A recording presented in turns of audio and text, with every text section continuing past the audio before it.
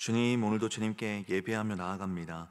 우리의 예배를 통해서 주님만 영광 받아주시고, 하나님, 주님, 우리가 주님께 예배하며 나아갈 때 이곳 가운데 임재하여 주셔서 우리가 하나님의 말씀과 음성을 들으며 하나님의 마음과 뜻을 아는 시간 되게 하여 주시옵소서. 기도하며 주님과 나아갈 때 주님의 존전 앞에 서게 하여 주시옵시고, 주님과 사랑의 교제를 나누는 우리 모두가 되게 하여 주시옵소서. 모든 것을 주님께 의탁드리며 지금도 우리를 죽기까지 사랑하신 우리의 왕 되신 예수 그리스도의 이름으로 기도드렸습니다. 아멘. 다 함께 찬송가 368장 찬양하도록 하겠습니다.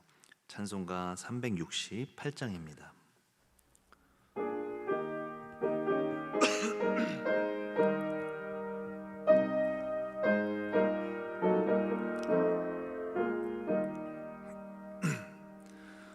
주 예수여 은혜를 내려주사 곧 충만케 하옵소서. 잊으리고 목마른 나의 맘에 주 성령을 부으소서. 주 예수여 충만한 은혜 내 영혼에 부으소서. 주 예수만 나의 힘 되고 내 만족함 됩니다. 주 예수여 죄에서 풀어주사 날 정결케 하옵소서. 이 세상의 유혹이 나의 맘에 틈 못하게 하옵소서. 주 예수여 충만한 은혜 내 영혼에 부으소서. 주 예수만 나의 힘 되고 내 만족함 됩니다. 옛 야곱이 천사와 씨름하던 그 믿음을 주옵소서. 이 세상의 물결이 흉흉해도 날 평안케 하옵소서.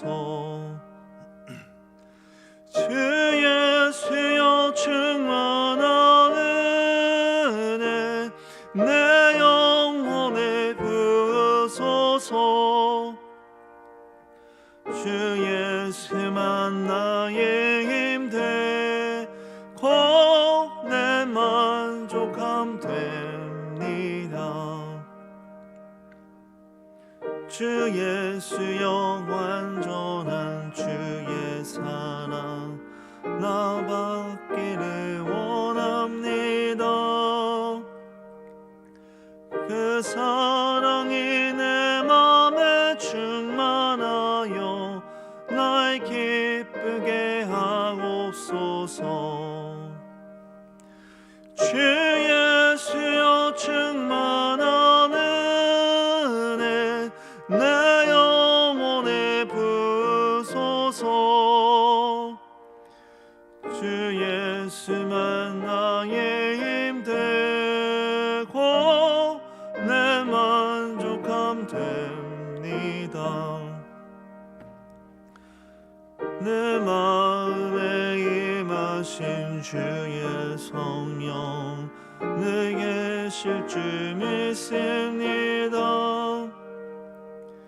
그는 은사를 나에게 부어주사 주 섬기게 하옵소서.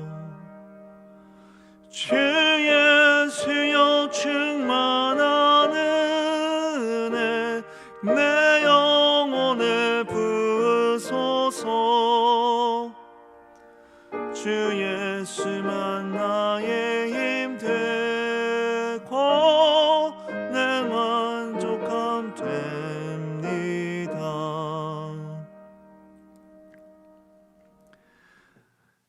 오늘 주님께서 우리에게 주신 말씀은 마태복음 15장 29절에서 39절입니다. 신약성경 31쪽, 생명의 삶은 116쪽에 위치해 있습니다. 마태복음 15장 29절에서 39절까지의 말씀, 이제 제가 하나님의 말씀을 봉독하겠습니다.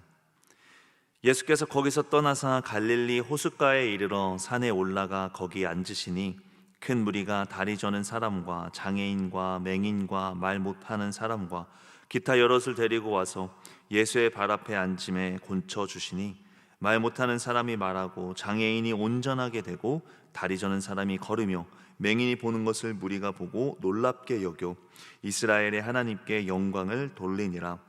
예수께서 제자들을 불러 이르시되 내가 무리를 불쌍히 여기노라. 그들이 나와 함께 있은지 이미 사흘임에 먹을 것이 없도다. 길에서 기진할까 하여 굶겨 보내지 못하겠노라. 제자들이 이르되 광야에 있어 우리가 어디서 이런 무리가 배부를 만큼 떡을 얻으리이까? 예수께서 이르시되 너희에게 떡이 몇 개나 있느냐?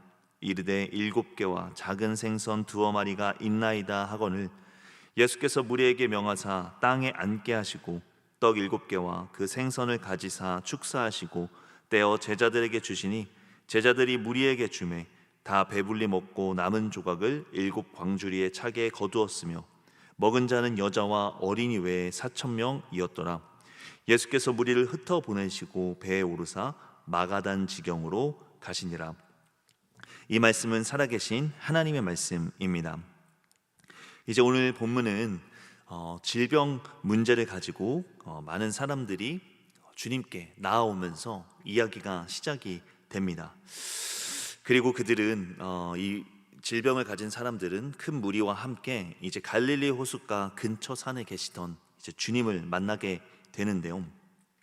이 30절을 보면 알 수 있듯이 적지 않은 인원이 이제 질병으로 고통을 받고 있었습니다. 그럼에도 불구하고 주님께서는 이 많은 사람들이 주님께 나아왔을 때 그들의 모든 질병의 문제를 치유해 주십니다. 특정 인원에게만 은혜를 베풀어 주신 것이 아니라 은혜가 필요한 모두에게 은혜를 베풀어 주신 겁니다. 그래서 거기 있는 모든 사람들이 하나님께 영광을 돌리게 되죠. 그런데 그렇게 치유의 은혜를 받고 질병의 문제를 해결한 사람들에게 또 다른 문제가 찾아옵니다. 32절을 보니까요, 3일이 지나자 다시 문제가 찾아왔다고 기록되어 있습니다. 그들에게 식량이 없었던 겁니다.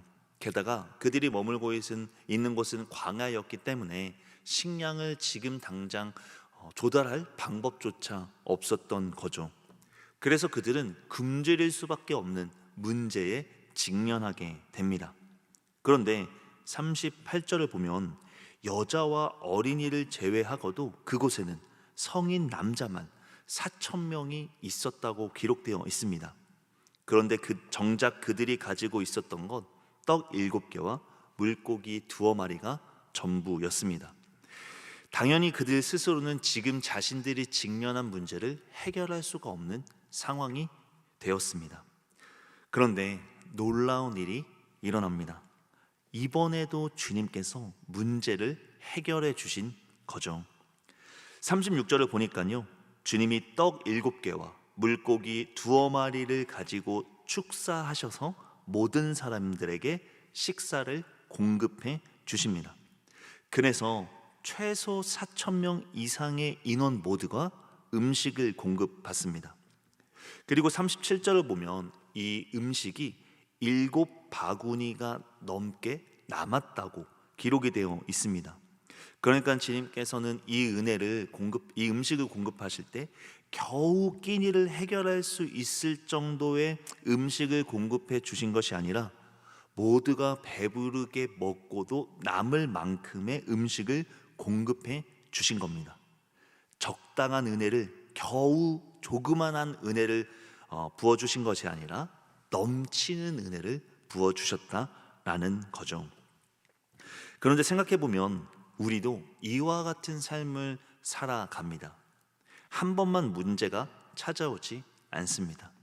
하나의 문제가 해결되어도 다시 또 새로운 문제가 우리를 찾아옵니다.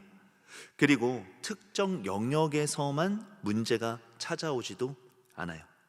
건강의 영역에서도 문제가 찾아오지만 경제적인 영역에서도 문제가 찾아옵니다. 그리고 어떨 때에는 관계 영역에서 문제가 찾아오기도 하고 신앙의 영역에서 문제가 찾아오기도 합니다. 어제만 문제가 찾아오지 않습니다. 오늘이 되면 다시 또 새로운 문제가 우리를 찾아옵니다. 그러다 보니 하나의 은혜로만 살 수가 없습니다. 한 번의 은혜로만 살 수가 없는 것입니다. 어제 받은 은혜로만 살 수 없고 또한 오늘 받은 은혜로만 살 수가 없습니다. 이 영역에서 받은 은혜로만 살 수가 없고 이 영역에서 받은 은혜로만도 살 수가 없는 것입니다. 모든 곳에서 은혜가 필요하고 계속해서 은혜가 필요하다라는 거죠. 그런데 오늘 본문을 통해서 알 수 있는 주님은 어떤 분이신가요? 주님께 나아가서 우리의 문제를 의탁할 때마다 우리에게 은혜를 공급해 주시는 분이십니다. 3일 전에 은혜를 공급해 주셨어도 3일 뒤에 다시 또 은혜가 필요한 문제가 찾아왔을 때 주님께서는 넘치는 은혜를 공급해 주시는 분이시다라는 거죠. 건강의 영역에 은혜를 공급해 주셨어도 경제적인 영역에서도 은혜를 공급해 주시는 분이 바로 우리 주님이시다라는 겁니다. 그러니 여러분, 문제가 있을 때마다 계속해서 주님께 나아가는 여러분 되기를 주님의 이름으로 축복합니다. 문제를 주님께 맡기면 주님이 분명 또 은혜로 그 문제를 해결하게 해주실 것입니다. 아무리 수많은 문제를 주님이 해결해 주셨어도 다시 문제 앞에서 그 문제를 주님께 의탁하면 주님께서 다시 새로운 은혜를 우리에게 부어 주실 것입니다. 저는 이 믿음이 우리 모두의 믿음이 되기를 원합니다. 그래서 문제가 찾아올 때마다 주님께 나아가서 그 문제를 의탁하는 우리 모두 되기를, 그래서 주의 은혜를 경험하는 우리가 되기를 소망합니다. 주님은 단순히 영혼의 구원만을 위해서 이 땅에 오신 분이 아니었어요. 우리의 전인의 구원을 위해서 이 땅에 오셨습니다. 저는 우리 모두가 이 사실을 기억하며 우리 삶의 모양 속에서 삶을 살아가면서 마주하는 모든 문제를 주님께 의탁하는 우리 모두 되기를 소망합니다. 그리고 더 나아가서요, 늘 주님 안에 거하는 축복이 있는 삶을 살아가기를 원합니다. 무슨 의미인가? 문제가 있을 때만 주님을 찾는 삶이 아니라 늘 주님을 떠나지 않고 항상 주님과 동행하는 삶을 살기를 원한다라는 것이죠. 사실 이런 삶이 바로 주님이 우리에게 목적하는 삶입니다. 요한복음 15장 5절은 이렇게 기록되어 있습니다. 나는 포도나무요 너희는 가지라. 그가 내 안에 내가 그 안에 거하면 사람이 열매를 많이 맺나니 나를 떠나서는 너희가 아무것도 할 수 없음이라. 그러니까 주님이 우리에게 목적하는 바는 문제가 있을 때만 주님을 찾는 삶을 넘어 주님을 떠나지 않는 삶, 언제나 주님 안에 거하는 삶, 언제나 주님과 동행하는 삶이다라는 것입니다. 그러니 문제가 있을 때마다 주님을 찾는 삶을 넘어 주님을 떠나지 않는 삶, 언제나 주님과 함께하는 삶을 살는 여러분 되기를 주님의 이름으로 축복합니다. 여러분, 본문 32절을 다시 한번 보시겠어요? 32절은 이렇게 기록되어 있습니다. 예수께서 제자들을 불러 이르시되 내가 무리를 불쌍히 여기노라. 그들이 나와 함께 있은지 이미 사흘임에 먹을 것이 없도다. 길에서 기진할까 하여 굶겨 보내지 못하겠노라. 여러분, 무슨 의미인가요? 사람들이 주님과 함께하고 있었죠. 그런데 문제가 생긴 겁니다. 그런데 여기서 중요한 사실이 있습니다. 사람들이 먼저 주님께 문제를 가지고 나아간 게 아닙니다. 주님이 먼저 이 사람들의 문제가 무엇인지를 알고 먼저 은혜로 그 문제를 해결해 주셨습니다. 무슨 의미인가요?